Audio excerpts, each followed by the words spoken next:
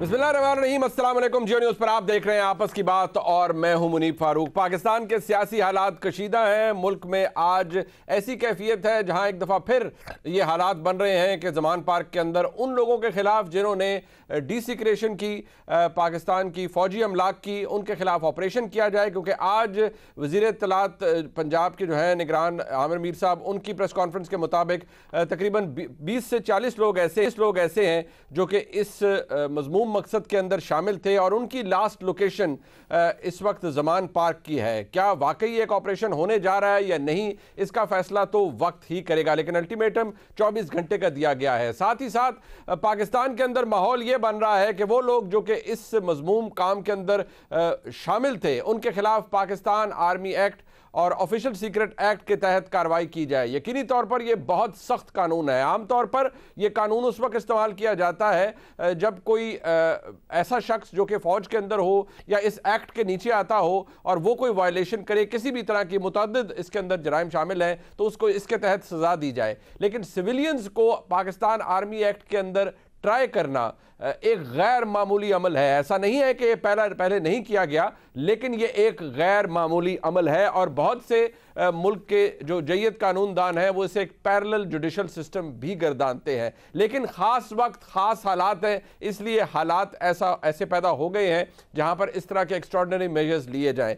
पाकिस्तान के army chief general Asim Munir साहब आज सियालकोट गैरिजन में मौजूद थे और उन्होंने जो रैंक एंड फाइल है फ़ौज का, यानी वो अफसरान जो कि इस वक्त मौजूद हैं, जिनमें इस वक्त शदीद गम गुस्सा पाया जाता है, क्योंकि जब उन्होंने देखा कि शोहदा के रेलिक्स को, मॉन्यूमेंट्स को, उनकी निशानियों को इस तरह का दहशतगर्दी का निशाना बनाया गया, उनकी बेतौकीरी की गई, उनको तोड़ा फोड़ा गया, तो यकीनी तौर पर पाकिस्तान की फ़ौज एक फ़ाइटिंग फ़ोर्स है, उसके अंदर इस वक्त शदीद गुस्सा पाया जाता है। और पाकिस्तान के आर्मी चीफ ने अपने पूरे रैंक एंड फाइल को, अफसरान को और जवानों को आज ये इंश्योर करवाया कि ऐसे तमाम लोगों को कानून के दायरे में रहते हुए कैफरे किरदार तक पहुंचाया जाएगा। और वो कानून कौन सा होगा, इसका फैसला कोर कमांडर्स कॉन्फ्रेंस में भी हो चुका है और इसकी तायद जो है वो नेशनल सिक्योरिटी कमेटी के सामने भी हो चुकी है। हालात ऐसे हैं जिनके अंदर कोई भी वक्त कोई नया रुख ले सकता है। इमरान खान साहब की जमात इस वक्त शदीद दबाव का शिकार है। इमरान खान साहब की जमात के एक बहुत अहम रुकन आमिर कियानी साहब ने पाकिस्तान तहरीक इंसाफ और सियासत दोनों से तौबा कर ली है। 2 MPA साहिबान बताया जाता है जिनका ताल्लुक सिंध से है, वो भी पार्टी छोड़ चुके हैं। एक और शख्सियत पार्टी छोड़ चुकी है। कुछ देर पहले ख्वाजा आसिफ साहब कह रहे थे कि एक बहुत ही अहम रुकन पाकिस्तान तहरीक इंसाफ के मुस्लिम लीग नून में शमूलियत हासिल करना चाहते हैं। और इस वक्त जो माहौल बन रहा है उससे ये लग रहा है कि ये सिलसिला अब रुकेगा नहीं। लेकिन क्या इस तरह से सियासी जमातें ख़त्म हो सकती है, वोट बैंक ख़त्म हो सकता है, इसका फैसला सिर्फ और सिर्फ आने वाला वक्त करेगा। दिलचस्प बात यह है कि जनाब इमरान खान आज भी ऐसी पोजीशन लिए हुए हैं जिससे वो ये जाहिर कर रहे हैं कि उनकी जमात ने सिरे से कुछ नहीं किया, ये कशीदगी किसी और ने की है, ये जलाओ गिराओ किसी और ने किया है और ये तमाम काम एक मंसूबे के तहत किया गया है। जबकि इमरान खान साहब की कुछ रीसेंट स्टेटमेंट्स निकाली जाएं पिछले 5 से 10 सालों की, तो आपको बखूबी अंदाज़ा हो जाएगा कि जनाब इमरान खान का तर्ज सियासत क्या रहा है।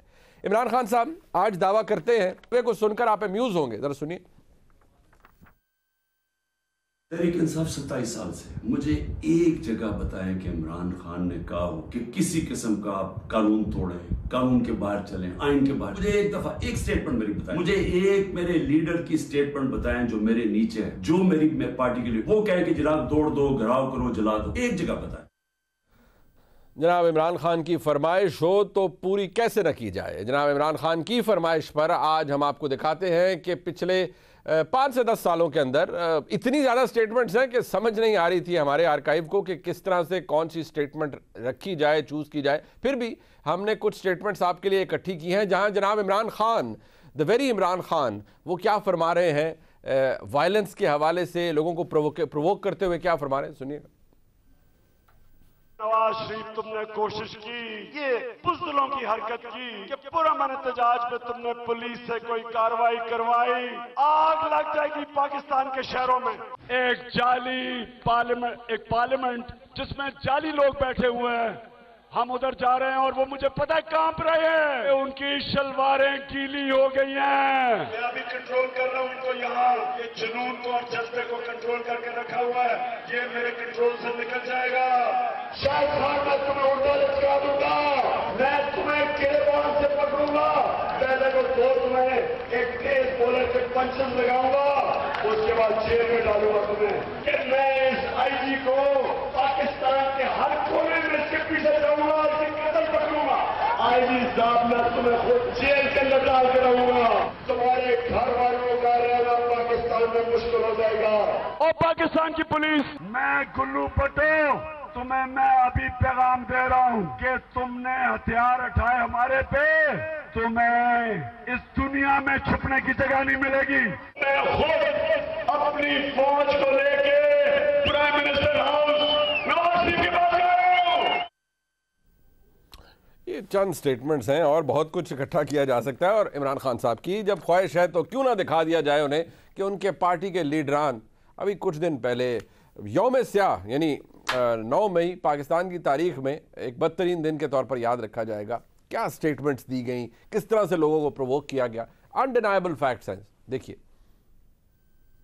हर माँ, हर बेटी, हर बुजुर्ग, हर जवान, हर बच्चा कि चलो चलो जीएसटी चलो। मैंने उस्मान डार भाई से, अली नवाज जवान से बात की, उन्होंने असद उमर साहब का मुझे मैसेज सुनाया।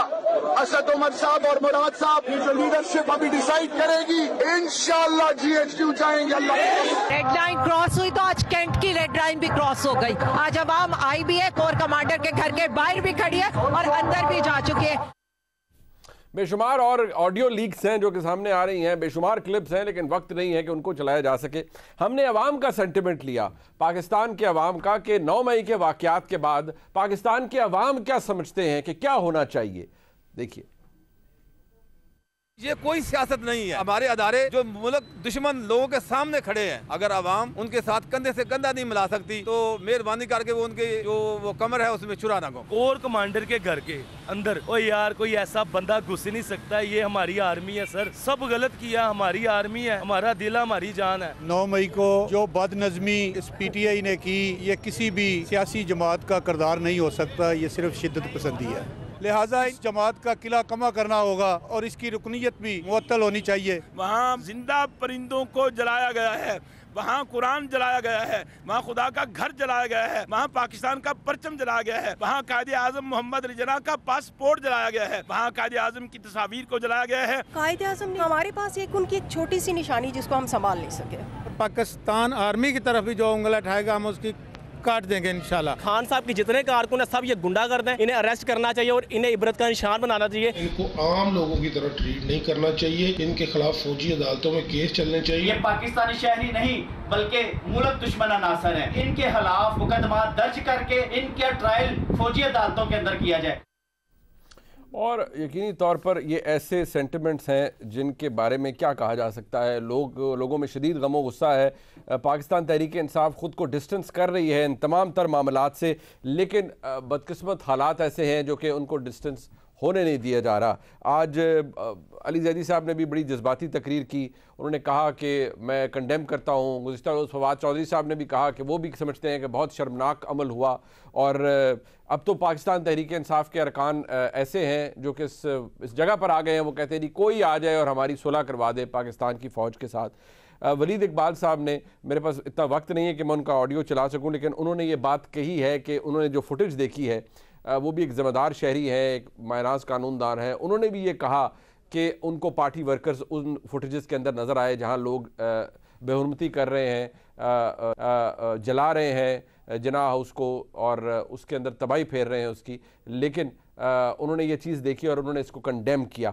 हालात कशीदा हैं यकीनी तौर पर, लेकिन सवाल ये उठाया जा रहा है कि क्या ये दुरुस्त अमल है कि लोगों को आर्मी एक्ट के तहत प्रोसिक्यूट किया जाए, सिविलियंस को किया जाए। इस पर यकीनी तौर पर बात होगी, लेकिन इस वक्त एक माहौल लाहौर के अंदर बना हुआ है। आज पंजाब के निगरान वज़ीर इत्तलात आमिर मीर साहब ने एक प्रेस कॉन्फ्रेंस की। उन्होंने कहा कि लोग मौजूद हैं पार्क के अंदर और वो दहशतगर्द हैं। उन्होंने जिस तरह से कोर कमांडर हाउस को जलाया, उनकी वाज़े इंटेलिजेंस एजेंसीज़ की रिपोर्ट्स के मुताबिक उन लोगों की आखिरी लोकेशन वहीं ज़मान पार्क के अंदर है। इमरान खान साहब ने भी कुछ देर पहले चंद सहाफ़ियों को विज़िट करवाया और इमरान खान साहब कह रहे हैं कुछ नहीं है, वारंट लाएँ, सर्च वारंट लाएँ। लेकिन हुकूमत ने एक दिन का 24 घंटे का अल्टीमेटम दिया है।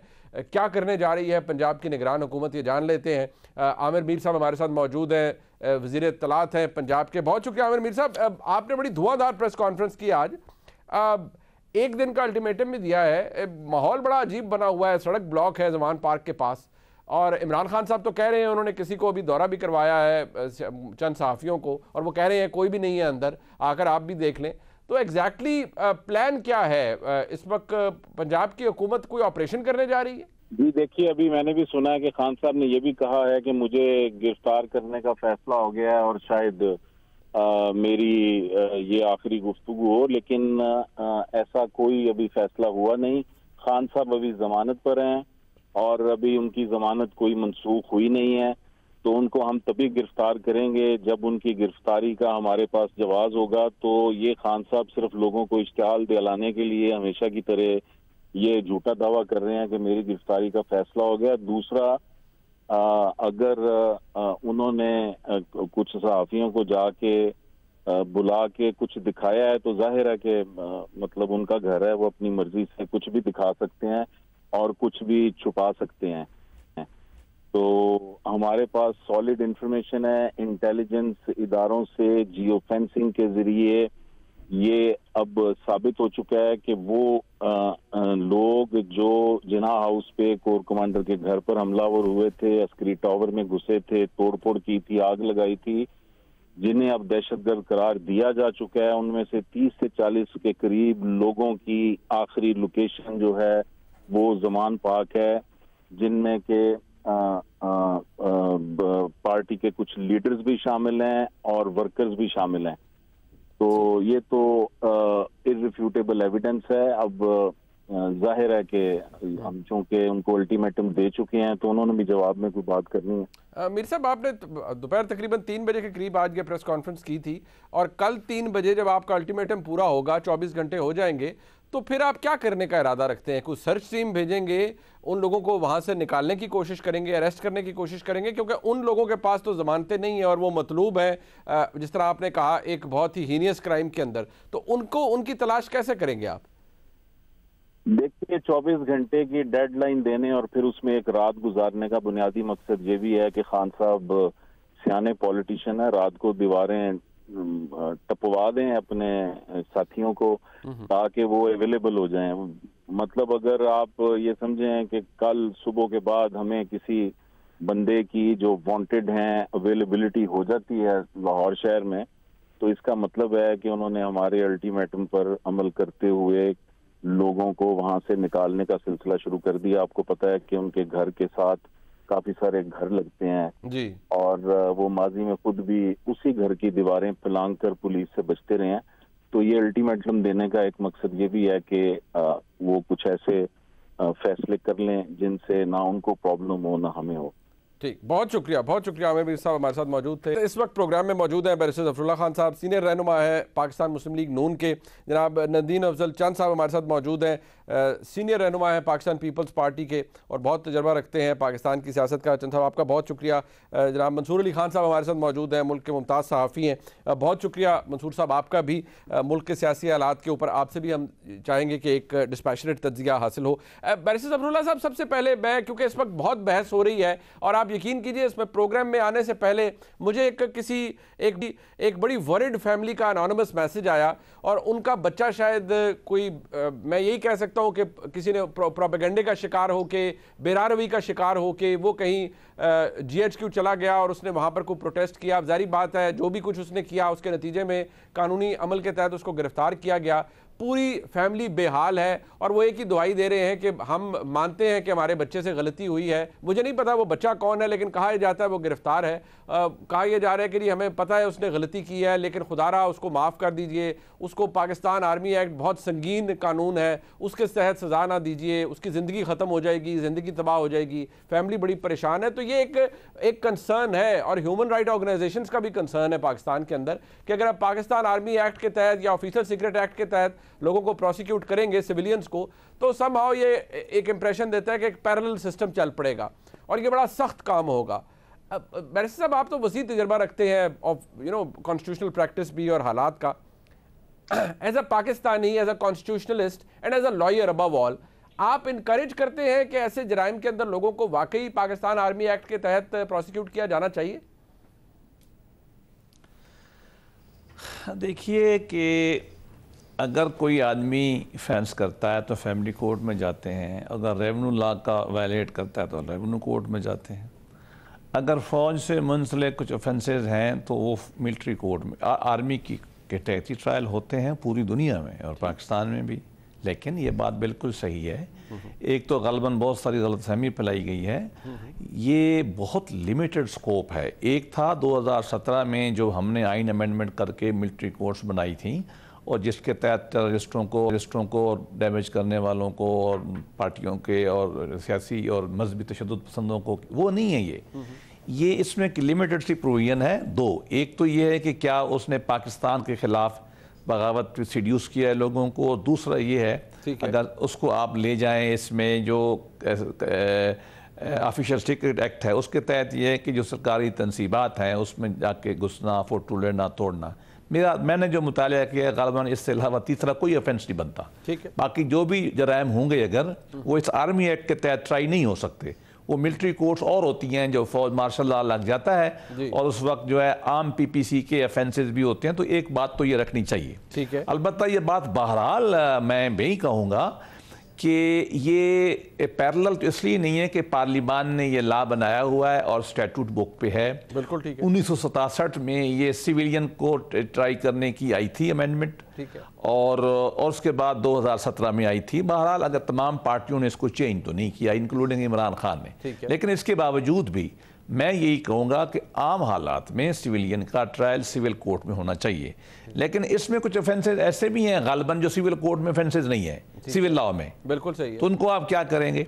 और एक बात और मैं करूँगा कि देखिए, हम नहीं mostly lawyer and citizen and human right worker, हम नहीं इस तरह की बातें करते, लेकिन फिर भी एक आदमी अगर हमला ही फौज पे करता है तो उससे कहो कि उसका फैमिली कोर्ट में ट्रायल करें, ये गालिबन नामुनासिब है। हाँ, अलबत्ता चेक्स एंड बैलेंस जरूर होने चाहिए। फेडरल गवर्नमेंट डेफिनेटली उसके बगैर तो ट्रायल हो नहीं सकता। वो एक सिलेक्शन प्रोसीजर के तहत, जैसा आपको याद है 2017 में जो तालिबान के हंगामों के बाद हुआ था, उसके बाद फौज का अपना एसओपी था और इंटीरियर मिनिस्ट्री और लॉ का अपना एसओपी था, जिसके तहत उसको देखा जाता था कि किसको ट्रायल करना या नहीं करना। ये एहतियात बहुत जरूरी है। तो मुख्तसरन ये है, ठीक है, अगर फौज के खिलाफ ऑफेंस है तो उसका फौज ही ट्रायल करेगी। एक, दूसरा, उसमें किसी पॉलिटिकल बेसिस पे नहीं होना चाहिए, मिनिमम लोगों को हो और पूरा जो है रूल ऑफ लॉ और प्रोटेक्शन ऑफ लॉ उनको अवेलेबल होनी चाहिए। अच्छा, ठीक। मैं एक मुख्तसर सा वक्फा ले रहा हूँ, मैं फिर नदीम चंद साहब हूँ और मैं जनाब मंसूर अली खान साहब के पास आता हूँ। बैरिस्टर साहब भी हमारे साथ मौजूद है, सियासी एलिमेंट भी है, बट नदीम अफजल गोंदल साहब की जो जमात है उसका एक अपना मौक़िफ़ रहा है इस तरह के हालात के अंदर। आर्मी एक्ट के तहत अगर प्रोसिक्यूट किया जाए, वो एक खुद सियासतदान है, उनको भी पता है हालात क्या है इस वक्त। एक ब्रेक लेते ही वापस आते हैं, बात रही।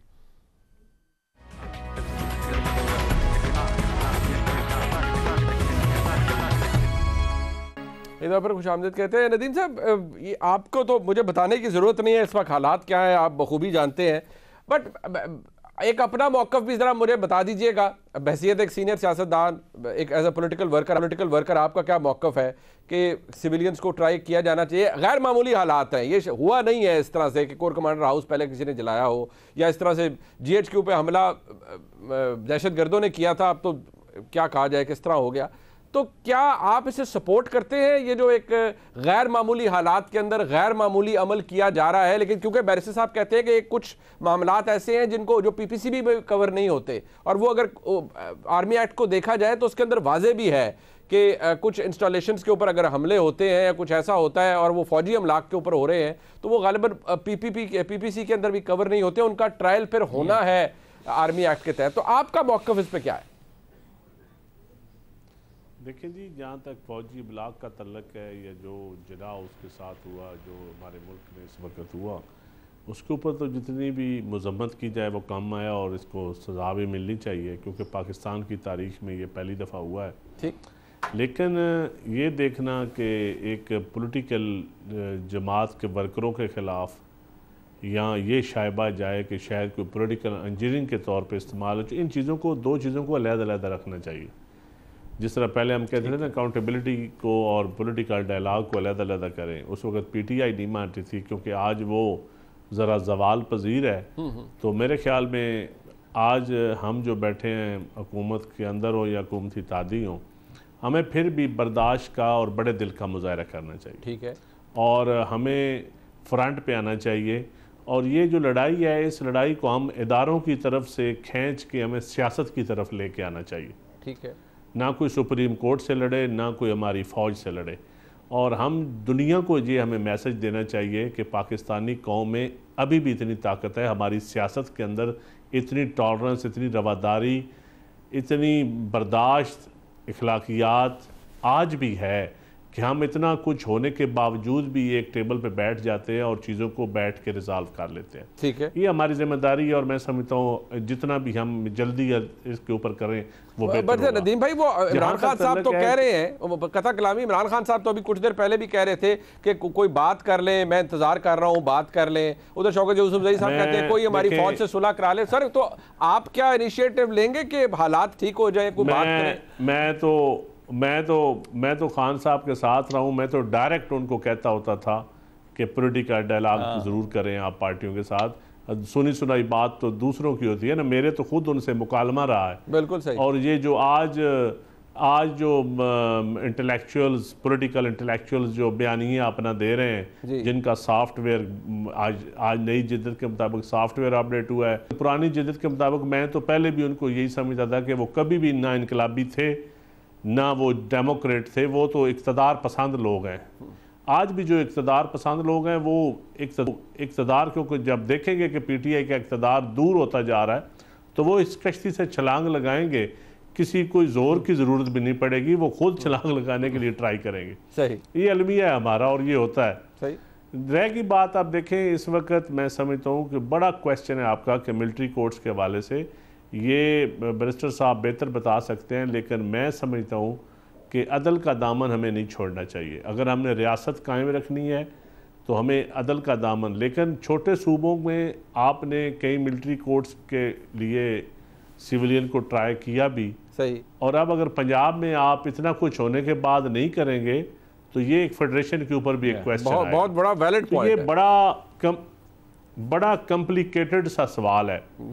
बड़ा बलोच कहेगा मेरा क्या कसूर है, ये जो आपने नुक्ता उठाया है, मेरा क्या कसूर है, ये फेडरेशन की बात है। मैं समझता हूँ कि ये हमें बैठ के इसके ऊपर पार्लियामान के अंदर या नेशनल सिक्योरिटी कमेटी में बैठ के इस पे कंप्रिहेंसिव एक डिटेल डिस्कशन होनी चाहिए और ये सारी चीज़ें सामने रख के पॉलिटिकल क़यादतें जो फैसला करेंगी वो मेरे ख्याल में तमाम स्टेक होल्डर के साथ मिलकर, इस वक्त फौज इस्टेब्लिशमेंट एक मेजर स्टेक होल्डर है क्योंकि उनके ऊपर डायरेक्ट हमला तो मेरे ऊपर भी हुआ, आपके ऊपर भी हुआ है। बिल्कुल, ये अगर कोई जिना हाउस के ऊपर हमला है तो हम तो समझते हैं ये हमारे ऊपर हमला है। बिल्कुल, तो मेरे ख्याल तो ये सियासत के ऊपर भी हमला है, ये हमारी आज़ादी के ऊपर हमला है, ये हमारी सोच के ऊपर, हमारी जमहूरियत के ऊपर हमला है, ये सिर्फ सरकारी अमलाक के ऊपर हमला नहीं है। तो ये एक बड़ा हम मुश्किल दौर से हैं, लेकिन मुश्किल दौर में ही मुनीब भाई अपॉर्चुनिटीज़ भी पैदा होती हैं, क्राइसिस के अंदर ये अपॉर्चुनिटीज़ भी होती हैं। तो मेरे ख्याल में पीटीआई को भी अब थोड़ा सा अकल आ जाएगा। जो लोग कहते थे कि आप डायलॉग करेंगे, आपका बयानिया कमज़ोर हो रहा है, आज वो खुद उनका बयानिया मैं देख रहा हूँ, उनके बयानिया इनकलाबी बयानिया किधर है। ठीक है, मैं हंसता हूँ कि जब मैं बात करता था तो ये मजाक उड़ाते थे कैबिनेट में बैठ के कि क्या जी आप पॉलिटिकल डायलॉग की बात करते हैं, यू आर अल्ट्रा डेमोक्रेट। एक दफा मुझे कहा गया यू आर अल्ट्रा डेमोक्रेट। मैं यही कहता था कि आप मियाँ साहब से या जरदारी साहब से या पीपल्स पार्टी से, ANP से, सब जमातों से लेकिन क्योंकि उनका मौक़िफ़ और था उस वक्त, फैज़ आम था, और फैज़ आम के होते हुए फैज़ आम भी हो रहे थे, जरूरत नहीं होती। बिल्कुल ठीक है, फैज़ याब थे। असल फसाद की जड़ तो वो था। और आज देखें ये भी हकीकत है कि आप पॉलिटिकल लोगों को तो आज आप ट्रायल करें, और जो लोग ये डिजाइनर हैं इस सारी पिक्चर के, आप उनको छोड़ दें तो ये भी अदल नहीं है। हाँ वैसे ये बात बड़ी ठीक है, ये बात बड़ी ठीक है, बात बड़ी ठीक है। मैं आप उस वक्त के डीजीसी, उस वक्त के ब्रिगेडियर आदल में नाम ले देता हूँ, थोड़ा एक कदम और आपकी रहनुमाई कर देता हूँ आपसे पॉलिटिकल स्टूडेंट की। तो ये अदल नहीं होगा कि आप सिर्फ सियासी लोगों को टारगेट करते रहे। जिन लोगों ने एक इतनी बड़ी खिलवाड़ किया इस मुल्क के साथ, साकिब निसार हो या हमारी इस्टेब्लिशमेंट के लोग हों, आज मैं समझता हूँ सबका ट्रायल फिर करें। फिर इस मोर चोर की बजाय जो आइन का चोर है, जो हमारी सोचों का चोर है, उसको छोड़ दें और एक मोर चोर को पकड़ के आप शुरू कर दें, तो ये कोई नहीं मानेगा कि ये अदल है। नहीं, बात ठीक है, बात ठीक है। मंसूर साहब, सॉफ्टवेयर का खासा ये है कि वो कमबख्त अपडेट हो जाता है और खुद ना हो तो वक्त उसे कर देता है। ये सॉफ्टवेयर के अंदर बड़ी इनहेरेंट चीज़ है, और ये इसका मुशाहिदा तो खैर आपने भी किया होगा। लेकिन मुझे ये बताइए कि इस वक्त जो हालात है, एज वी स्पीक, कुछ देर पहले श्री बाजारी साहिबा की साहबजादी की ट्वीट के मुताबिक बताया जा रहा है कि उनको फिर गिरफ्तार कर लिया गया है। मलिका बुखारी साहिबा को आज रिहा हुई, उन्हें फिर शायद आज पंजाब पुलिस ने गिरफ्तार कर लिया है। इसी तरह अली मोहम्मद खान साहब दोबारा गिरफ्तार हो गए हैं। लोग कश्ती से छलांग भी लगा रहे हैं, कुछ बाहर निकल रहे हैं जमात से। तो ये हो क्या रहा है? और जो अभी बात ये चांद साहब ने की है कि ज़रा अगर एहतसाब करना है या करना है, तो फिर जो जिन्होंने ऑर्केस्ट्रेट किया था सब कुछ, जिन्होंने प्लान किया था सब कुछ, जो कि इसके क्रिएटर थे, चीफ क्रिएटर, उनके खिलाफ भी तो कुछ होना चाहिए। बहुत शुक्रिया मुनीब भाई। अच्छा मुनीब भाई, इसमें 3-4 मुख्तलिफ एंगल्स हैं आपके सवाल के। सबसे पहली बात तो ये कि वो कहा जाता है, एक सेइंग है, The first casualty of war is truth।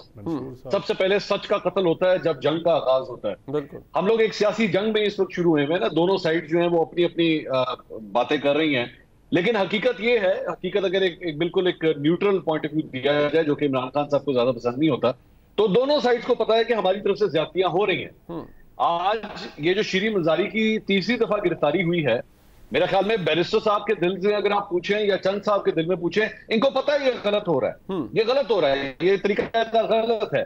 Malika Bukhari jail से रिहा होती हैं, अली मोहम्मद खान जेल से रिहा होते हैं, फिर गिरफ्तार कर दिए जाते हैं। इनको पता है इस बात का ये गलत हो रहा है, लेकिन ऑब्वियसली क्योंकि इस वक्त आप पाकिस्तान तहरीक इंसाफ के अंदर एक पैनिक देख रहे हैं, एक प्रॉब्लम देख रहे हैं, लोग पार्टी को छोड़ के जा रहे हैं। इमरान खान साहब जो है उनको समझ नहीं आ रही कि मैं क्या करूं, जमान पाक के आसपास पुलिस इस वक्त खड़ी हुई है, तो ठीक है, होता रहे, इनके साथ डजंट मैटर, वो कल देखेंगे, अगर कभी हमारा टाइम आए तो कल देखेंगे हमने क्या करना है। अभी ठीक है, अभी जो कुछ हो रहा है सही है। दूसरी बात ये कि बात हो रही है कि आर्मी एक्ट के तहत जो हुआ है गलत हुआ है, बहुत गलत हुआ है, कोई क्वेश्चन नहीं है। इमरान खान साहब के जब से वो बाहर आए तब से लेकर अब तक मैं बयान देख रहा हूं, मैं आपको ये खबर देता हूं कि पार्टी के अपने अंदर इस वक्त इमरान खान साहब से बड़ी नाराजगी है कि भाईजान आप खुद तो बाहर आ गए, आराम से आके ड्राइंग रूम में बैठ गए, अगले दिन उसके बाद अपनी बेगम के साथ आप लाहौर हाईकोर्ट भी चले गए काला चश्मा लगा के, तो आपका जो वर्कर जिसने छितर खाए, आपके जो रहनुमा जो सबसे पहले गिरफ्तार हुए वो अभी तक बाहर नहीं आए, उनके लिए आपके जुबान से निकलता ही कुछ नहीं है, उनके लिए तो कुछ बोले। तो तब कहीं जाके उन्होंने फिर आज एक अदर ट्वीट कर दिया, उसमें भी फवाद चौधरी का नाम भूल गए, वो चीमा साहब का नाम, मलिका बुखारी साहब का नाम भी भूल गए, नाम कई लोगों के नाम भूल गए कि भाई वो भी उनके नाम भी लिखने थे। सो इमरान खान साहब की एक आदत है, वो आपने पटाखे और छुरियां, अब तो खैर आतिशबाजी के ऊपर भी पाबंदी है, शुरली देखी होगी, नीचे से आग लगा देते हैं, उसके बाद कहते हैं मेरा जिम्मा नहीं है, ऊपर जाके अगर वो फटती है तो फटती रहे, मुझे नहीं फर्क पड़ता, मैं थल्ले आग लाती है, बस गल खत्म। तो इमरान खान साहब भी इस वक्त ये फॉर्मूला अपना रहे हैं कि भाई मैंने कारकुनों को कब कहा है, मैंने तो कारकुनों को कुछ कहा ही नहीं। और भाई आपने जो पिछले 10 साल से उनका दिमाग रखा हुआ था, आपने शेख रशीद की तकरीरें नहीं है जिसमें वो ऑन रिकॉर्ड है, जो कहते हैं जलाओ गिराओ तोड़ दो बगिया मेट करके रख दो सब कुछ, ये सारी तकरीरें भाई इन्हीं नौजवानों ने सुनी हुई है। ये 10 साल से आपने इनका दिमाग खराब किया हुआ था। पहले ये गाली देते थे, पहले ये ज्यादा से ज्यादा ट्विटर पे फेसबुक पे जाके गाली देते थे, अब ये गोली के ऊपर आ गए कि हम नीस तो नाबूद करके रख देंगे, हमें नहीं पता इसकी क्या वैल्यू है, मॉन्यूमेंटल वैल्यू इसकी क्या है, नेशनल सिंबलिज्म इसका क्या है, हमने तबाह बर्बाद कर देना है। और दूसरी बात ये थोड़ी देर पहले जो भी बात हो रही थी कि जी जनरल फैज या इन लोगों के, इनको जाके देखे, जाके इनको पकड़े, ये लोग इसके जिम्मेदार हैं। भाई इमरान खान साहब तो कहते हैं कि नहीं है जिम्मेदारी उनकी, इमरान खान साहब ने तो आज तक नहीं कहा कि पाकिस्तान तहरीक इंसाफ जो है वो इन जनरलों ने बना के दी थी। वो कहते हैं मैं अपनी मेहनत से आया हूं, मेरी 27 साल की मेहनत है, मैंने जमात बनाई है, मैंने किया। तो जब किया सारा कुछ उन्होंने है तो उन्हीं से करें ना जाके सवाल, और पकड़े उनको जाके। और माजरत के साथ ये आपकी कमजोरी है, ये आपकी कमजोरी है। माने इस बात को कि उस जिना हाउस को प्रोटेक्ट करने के लिए आपकी पुलिस नहीं थी वहां पे, उसको जिस तरह प्रोटेक्ट किया जाना चाहिए था, कैंटोनमेंट एरियाज को प्रोटेक्ट किया जाना चाहिए। आम दिनों के अंदर हम लोग लाहौर के, आप ही लाहौर के शहरी हैं, आम दिनों के अंदर आपने कैंटोनमेंट में जब घुसना होता है तो आपको पता है वहां पे नाका किस तरह लगा होता है, और अगर आपकी गाड़ी पे स्टिकर नहीं है तो 5-5, 10-10 मिनट आपको इंतजार करना पड़ेगा। कहां गई वो सारी सिक्योरिटी जिसने इस क्राउड को नहीं रोका? बड़ा आसान था, 3 ब्रिज जाते हैं कैंट की तरफ, उन ब्रिजों के ऊपर अगर वहां पे नफरी खड़ी होती तो ये क्राउड नहीं आ सकता था, लेकिन नहीं थी नफरी वहां पे। सो गलतियां दोनों साइड से हैं, लेकिन दोनों साइड नहीं मानेंगी कि हाँ जी हमसे गलती हुई है। बिल्कुल ठीक। एक मुख्तसर सा वक्फा जी, मैं वापस आ रहा हूँ जरा, क्योंकि अब सियासी बहस, तो मैं चाहूंगा जरा बैरिस्टर साहब का और नदीम साहब का भी मौक़िफ़ इसके ऊपर लिया जाए। एक ब्रेक के बाद हमारे साथ रहिए।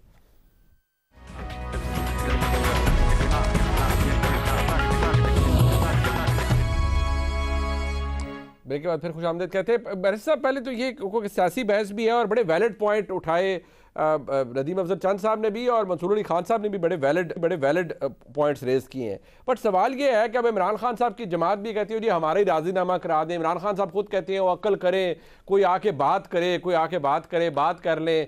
सियासी जमात को आप इस तरह नहीं ख़त्म कर सकते, लोगों को आप तोड़ रहे हैं, तो आप, मेरी जमात का टिकट, मेरी 70% मकबूलियत है, आप ये जमात नहीं ख़त्म कर सकते। और तारीख गवाह है बैरिस्टर साहब, ये नदीम अफजल चंद साहब को भी पता है कि सियासी जमातें और उनकी सियासत ऐसे ख़त्म नहीं होती। पीपल्स पार्टी के स्टेज पर कई गई, फिर वहाँ से दोबारा उभर कर आई और इक़्तिदार में आई। मियाँ नवाज शरीफ के साथ क्या हुआ 99 के अंदर, उसके बाद वो दोबारा आए, वज़ीर आज़म बने। तो यहाँ PTI के साथ भी क्या आपको नहीं लगता कि वही वक्त आ गया है, इनके साथ भी वही हो रहा है?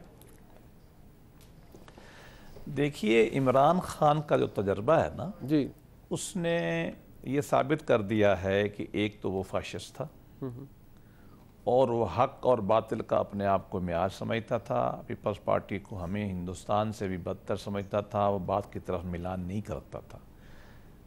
आसिफ अली खान जरदारी, भुट्टो साहब, अपने बिलावल खान भुट्टो, मियाँ शहबाज शरीफ ने खड़े होकर इमरान खान को डे 1 से कहा था इलेक्शन चोरी शुदा है बट यू आर देयर, हम आपके साथ बैठने को तैयार हैं। बात करते रहे, वो बात करता ही नहीं था। क्या करें? ये एक फाशिस्ट माइंडसेट बना गया है। ये आम पॉलिटिकल पार्टी नहीं है, हमें देख पीपल पार्टी नहीं है, ये मुस्लिम लीग नून नहीं है। ये इसमें बहुत सारा एनाटमी है इस पार्टी की, वक्त नहीं मैं बताऊं, इसके बहुत सारे सेलिएंट फीचर हैं। कुछ वेल इंटेंशन लोग थे, कुछ उसमें जो है कोई फ्रस्ट्रेटेड थे, कोई चेंज चाहते थे, कोई डिसइनफ्रेंचाइज थे, वगैरह वगैरह। खान साहब जो है वो इनकोरिजिबल सा इंसान है, तो इसको पॉलिटिकल साइज ना किया जाए। आर्मी की इंस्टॉलेशन पे हमले को एक क्रिमिनल ऑफेंस के तौर पे लिया जाए, ठीक है, उसमें कोई रियायत नहीं होनी चाहिए। अलबत्ता पाकिस्तान तहरीक इंसाफ अगर ये समझती है कि PDM की पार्टियां पाकिस्तान की मुहब्ब वतन है और ये पार्लिमान जेन्युइन है और उनसे बात हो सकती है, तो क्या प्रॉब्लम है? ठीक है, हम तो बात करने को तैयार हैं। और अभी भी आपको पता ही है जो इलेक्शन आज भी बात करने को तैयार है आप बैरिस्टर साहब? नहीं, मैं बात जब हो के इलेक्शन के नेड़े तेड़े तारीख पे आ गए थे और खान साहब ने तो उसको पीछे से वीटो कर दिया। खान साहब पे इतबार कौन करे भाई?